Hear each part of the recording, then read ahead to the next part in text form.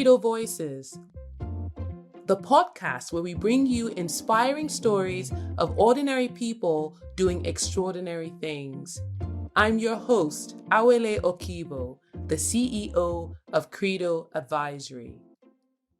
Research suggests that people facing unemployment, financial instability, or limited job prospects may be more susceptible to engaging in criminal activities or become victims of violence. A 2021 Center for Disease Control research demonstrates African Americans are at the greatest risk for gun homicide. In 2021, guns were responsible for 51% of all deaths of Black teens between ages 15 to 19. In this episode, we are in the United States to meet Brandon Nicholson, founder of the Hidden Genius Project. Brandon is working to break the cycle of violence and socioeconomic hardship by empowering Black male youth through education, mentorship, and opportunities in technology, entrepreneurship, and leadership. The Hidden Genius Project is advancing Sustainable Development Goal 4, quality education, and Goal 8, decent work and economic growth. Let's listen and be inspired.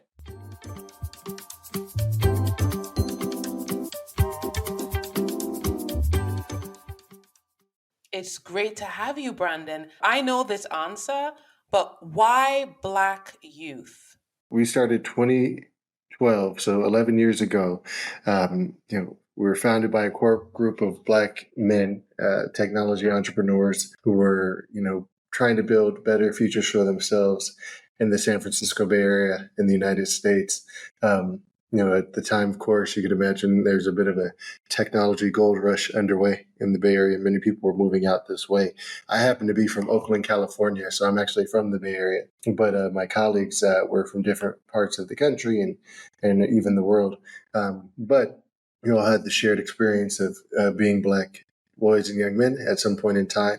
And everyone saw great potential in the boys and young men they saw here in Oakland, California, and wanted to do whatever they could to pay it forward to help these young men really establish and understand and realize their potential, their brilliance, to connect the dots. So many of our young people are actually quite adept with technology. They're quite entrepreneurial. They have many ideas. They're extremely creative and innovative. Sometimes they just don't have access to the resources or the networks or sometimes the skills that will help bring it all together. So we came together to support the group that made the most sense, a group that, we had no idea what we were doing. So working with anyone else at that time just would have offended people, right? I think people ask us like, well, is that sexism or should you be doing things with the girls? I don't think you wanted us to do anything with your girls or young women at that time. Maybe not even now. We had no idea what we were doing. So we were trying to work with the group that just made the most sense, where we had this shared experience, where we could, build on commonalities, and also just trying to create a safe space for our boys, young men to have, a place where they can come and make mistakes and be themselves and try on different things and laugh and joke, but also be frustrated and get in trouble and not have it be the end of the world. Just a moment for them to be able to learn and grow and then eventually lead.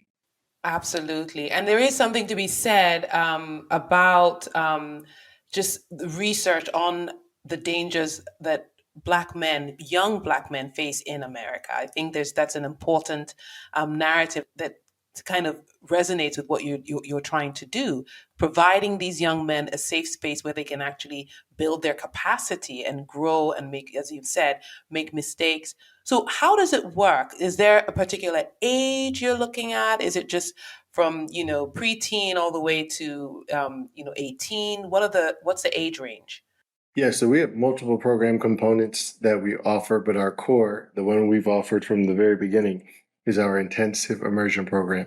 And I should just quickly pause and state that, we're an organization that's currently headquartered in Oakland, California, but we operate in Oakland, Richmond, California, Los Angeles, California, Detroit, Michigan, Atlanta, Georgia, and Chicago, Illinois. So our core program in each of our sites, has that program. Is a 15-month intensive immersion program for boys and young men, high school age. They do about 800 hours of work with us over the course of 2 full summers in a school year in between, with some after school and Saturday programming along the way. We bring these boys and young men together. They come from different backgrounds. They find us in different ways. They will have applied to our program. In fact, our application is open now for anyone interested, but they will have applied to our program and indicated, their interest in the space, their, commitment or willingness to commit to 15 months. Won't have asked them for their grades or their transcripts. We won't have required them to have a certain level of experience with tech or any of the subject matter. We won't have asked them for their socioeconomic background. So we're not means testing, but we will have certainly, collaborated with different partners that are serving young people in different communities and neighborhoods and try to make sure they're aware of the opportunity. But really, we're just trying to bring together a heterogeneous group of boys and young men, recognizing, of course, we're a global diaspora, not a monolith, and bring us together so that we actually can build together and learn from each other and understand our collective power together. And little by little, we start integrating the fundamentals of computer science and technology development, business and entrepreneurship, as well as our identity development, social and community justice. But I'd say that the most impactful component in that core program is really the network these young people form with each other. So if I can just chime in, I'd like you to take me back to these young men. So I love what I'm hearing. This is though that you're assessing their applications that are void of any academic experience. You're not looking at their transcripts. You're not looking at grades. You're certainly not looking at their finances. So what do you look for? Yes. So first and foremost, we just are looking for young people to complete the application. That's a thing, a task It's unto 10. itself, and we can usually figure out, who's had some help. We have a preference for applications completed by the young person themselves and Yes, not yes. their family members, parents, etc. But from there, we invite them to then interview, and we actually have Ah. our community members and volunteers Mm-hmm. come interview them on a given day, so they can talk through their experiences, why they might be interested in our program, how they navigate challenging situations, just their various kind of hopes and dreams, aspirations. And then we're just trying to identify, how many young people we can serve in a given city, in a given cohort, or in the case of Oakland, we can welcome multiple cohorts at a time. And then we have to select the group that we believe will stick together. So we're not looking for them to show particular promise, or we're just literally, can you walk or ride or sit or just be here and chew gum at the same time and just say, hey, I'm willing to try this for 15 months. Yeah. But, that I'm willing to commit to, trying to build some better, opportunities for myself and for my community. And from there, then we try and do our best. We have so many folks who are busy. They have so many things they're doing in life. So, it can take some doing to get down to a cohort. And a cohort's usually anywhere between 20 and 24 young men. Yeah. And as I mentioned, Oakland will bring in 2 at a time, and then they overlap. So we always have multiple cohorts operating because they start and end every summer. Okay. So you mentioned a cohort will have about 20 young men. Am I correct? Did I hear that correctly? Yeah, 20 to 24 in each. Yeah. Okay. So what's the completion rate? Are you and what are some of the things that would actually happen where one of these young men would not be able to finish? We're very fortunate. Historically, we've usually had retention, upwards of 90% or north. What we saw during the pandemic was we saw a greater variance. So, we Of had some course. cohorts over the last 3 years before we came back in person, that had, retention of, 76, 83, Yes. 89%. Yes. But, we're very hopeful for the groups that have been able to start, just the data we saw from this past year, as young people got more accustomed to being with us in person again, we're seeing again, strong engagement. But the things that, cause a moment that's considered not retention, it's very hard to leave our program. We very much operate based off the tenet genius for life. And, we're Love not that. suspending and expelling folks. And, again, young people, when they act up, when they bump their heads, when they make bad decisions, are effectively doing their jobs. So we're trying to put them in a position to be able to kind of meet us where they are, but then also show all the brilliance. And when they lead and when they have great ideas and when they support each other, they're also doing their jobs as part of who they are in that moment. So when Yeah. we're seeing young people who can't continue, oftentimes it's going to be, they started in the summer, maybe they live farther away, and now it's more stressful for them to continue in the school year because it's a different commitment. One of the ones we see common, probably far too commonly, is we see young people in like blended families and kind of blended households, right, and co-parenting, where maybe they've got a family or parents that are divorced and not together, and you'll see one family member enroll them in the program because they've got them during the summer, and not have Yes. great communication with the one who's going to be the custodian for the school Right. year. So they don't have a plan. So people be like, "Well, I didn't sign on to this," and of course, the young person is kind of in the middle, um, and there's that. In rarer cases, you'll have a young person who's like, "Yeah, I just don't want to do it at all anymore." I mean, there's certainly folks who don't want to do it at any point in time because we spend a lot of time together. We do a lot of different things, a lot of Right. hard work, but usually that's not a sustaining feeling. But it's very rarely that we ask anyone to leave. We really never ask anyone to leave. And even for those who've left us, we have many stories where they left us, and then we're still providing them with That's services and opportunities that's because, like great. I said, they're genius for life. That's great. Now, so how do you keep them engaged? This age group is, any teacher or every or any parent will tell you it's a tough age. How do you keep them engaged, interested, connected? How do they engage with one another? I think job one, is to humble ourselves. And so we can't be so married to one single plan the entire time that we're not being responsive to whatever it is that our young people are seeking. And so we've got to, craft a plan, but always be willing to change the plan. One of the other ways, though, is we have, great teams. So we have a support services team. So every site we have has a care champion or a support services manager whose job it is to engage with young people and their families every week, and in some capacity, probably almost daily, making sure we can remove barriers to participation. Some of those barriers are going to be, um, things like housing or access to food. If we don't have as many resources, but sometimes you have families that have means and resources, but they're going through a tough time. And so folks may need counseling services or just may need some support with advocacy at their school. And things of that nature. So those are going to look different, but more than anything, just making sure we can problem solve with our geniuses and their families every day and every week to make sure they can get to program. We also then have educators, from different realms and experiences, but overwhelmingly Black, of course, and many Black men, and some Black women as well. But in many cases, we have our alumni supporting as facilitators, and so we call them alumni youth educators, and they'll support on a seasonal basis or part-time and shorter-term basis to actually facilitate programming on our behalf and also provide that near-peer mentorship. But then we also have full-time educators on our staff who are also salaried and alumni of our program, but still fairly young and carry, culture and institutional memory and a great understanding about what it's like to be those young men.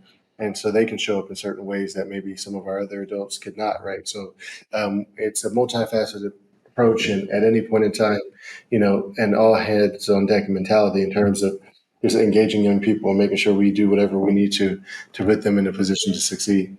Yeah, and it sounds like you've created quite an incredible community just with the students, with some of the educators.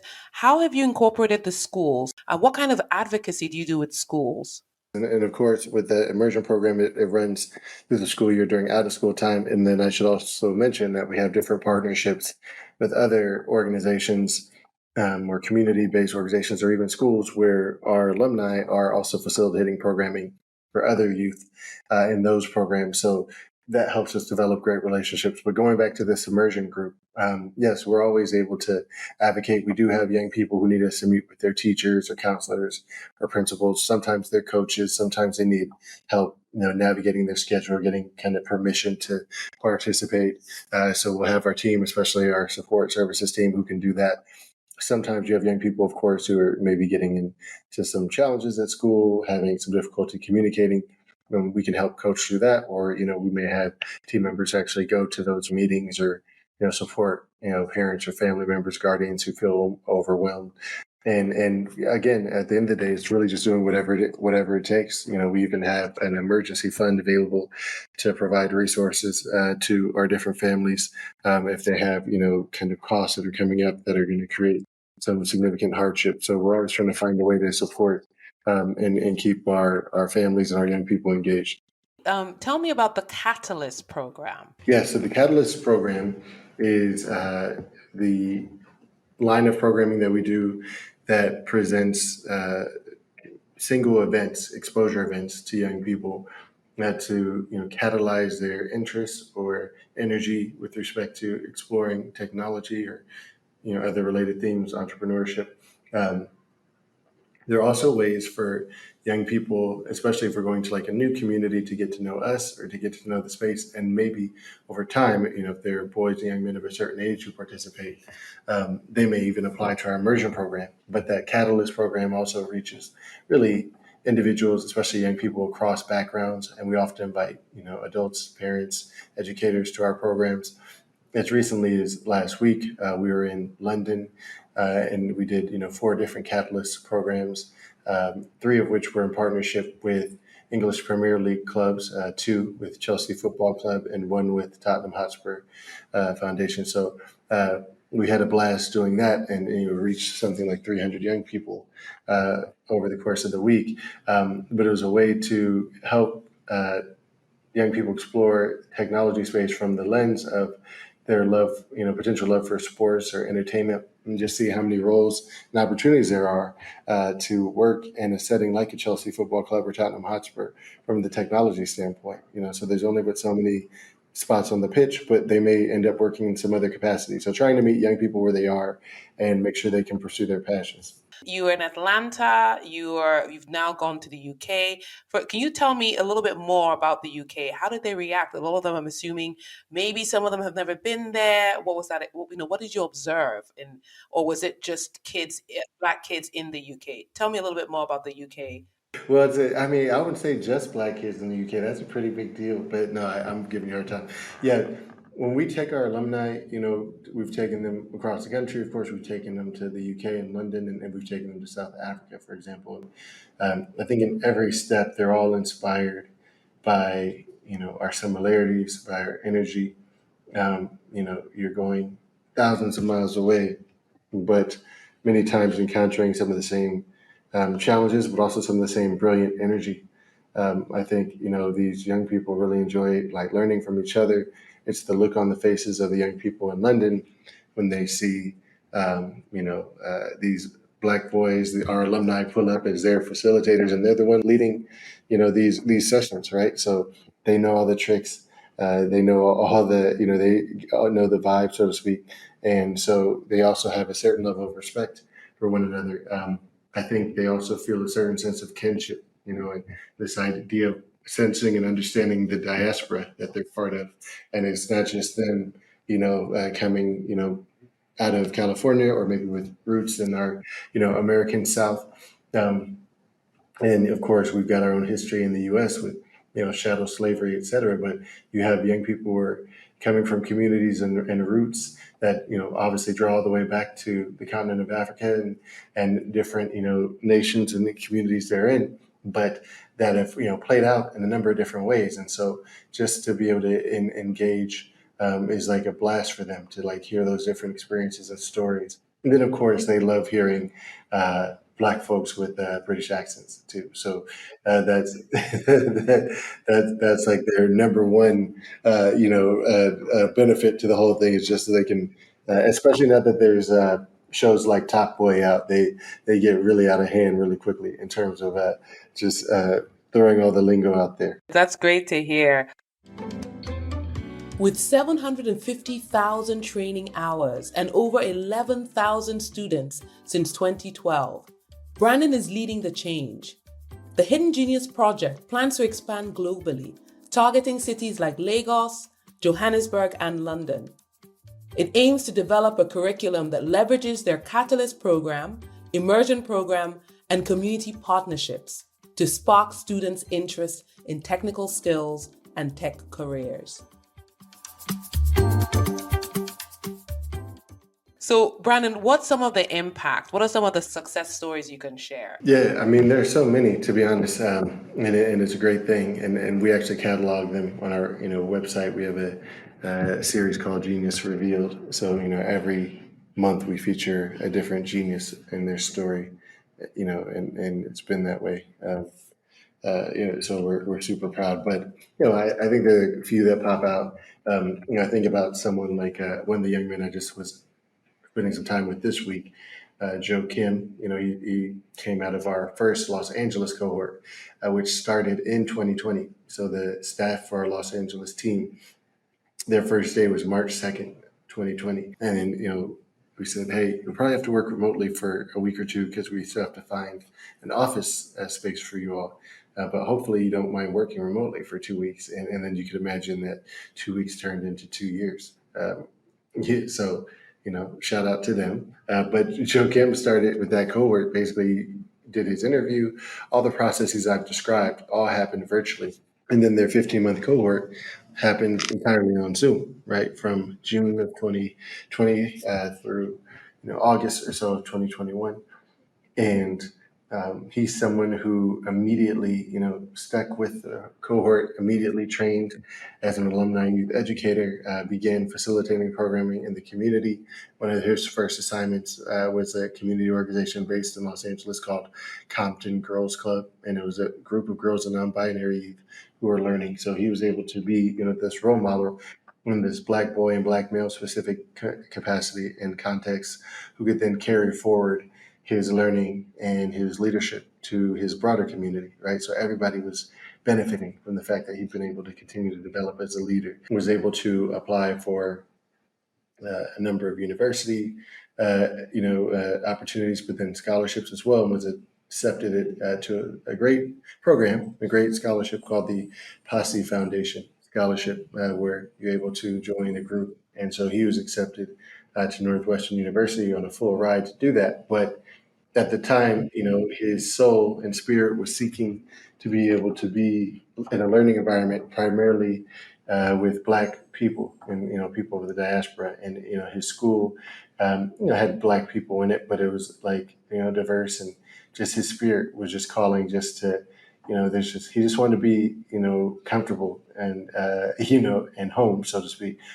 So he decided he was going to pass on accepting his full scholarship Northwestern and try and go to an HBCU, recognizing that most frequently, right, the dollars in aid and scholarship offered from the HBCUs of which he had interest, like Morehouse and Howard University, those were significantly lower.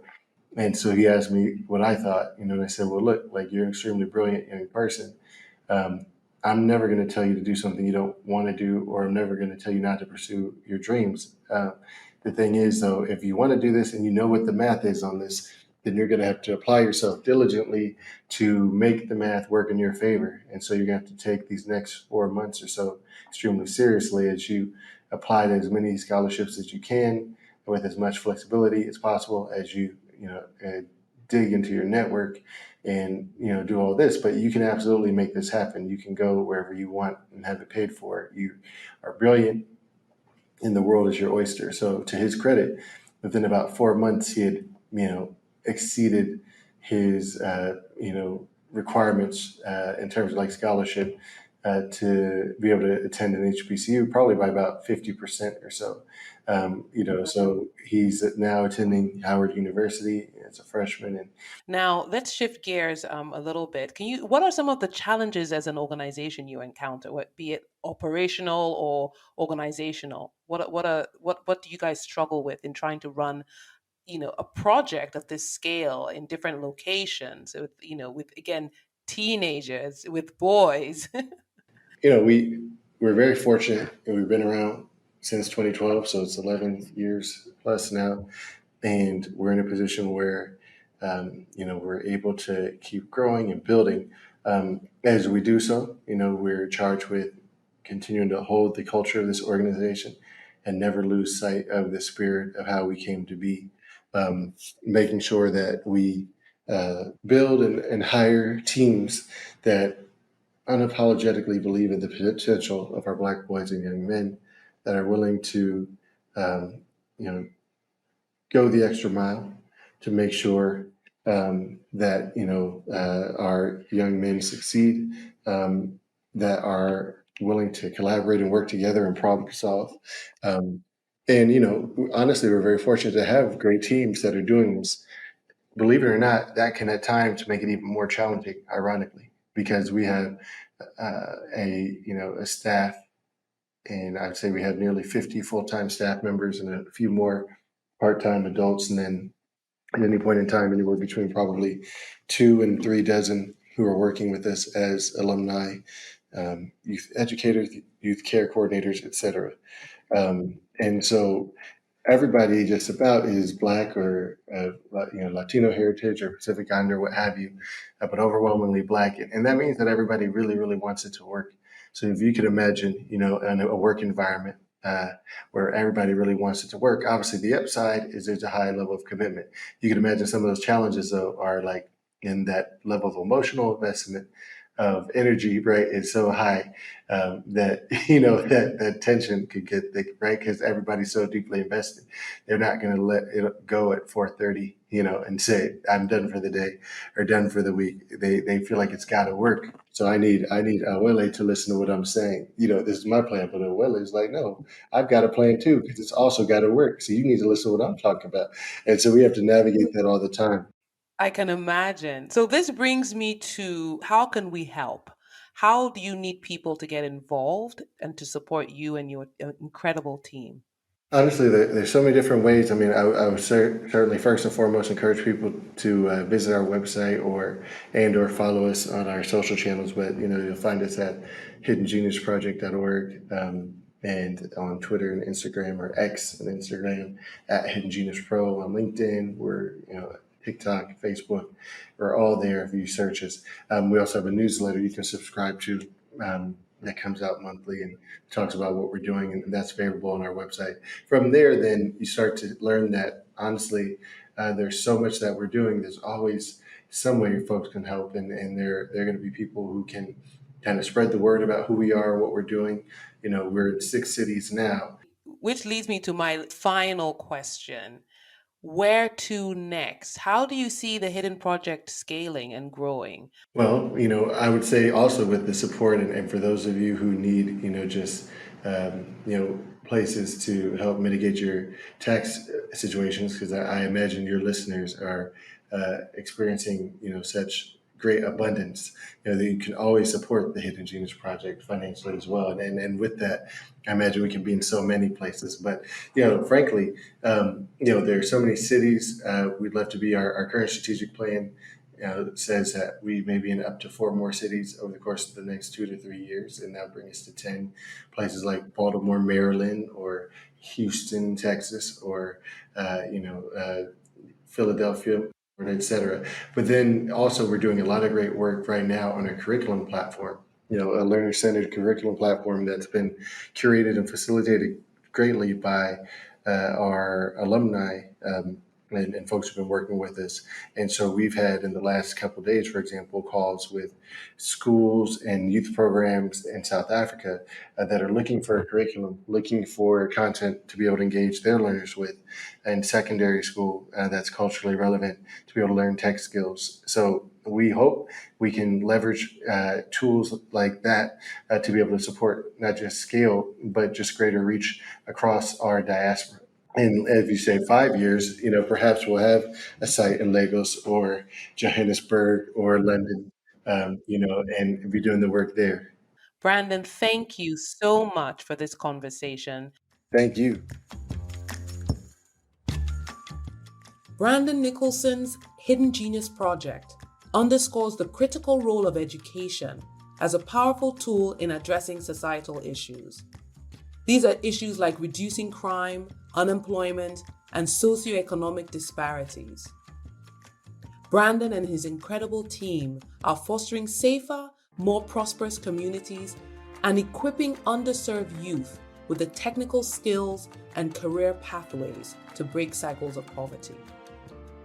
By investing in inclusive education, we pave the way for a future where every individual can thrive and make meaningful contributions to advancing the Sustainable Development Goals.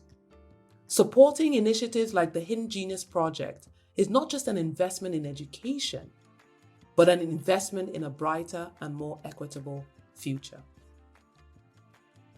Thank you for listening. Until next time, stay curious and keep believing in the power of your voice. This is Awele Okibo, signing off for Credo Voices.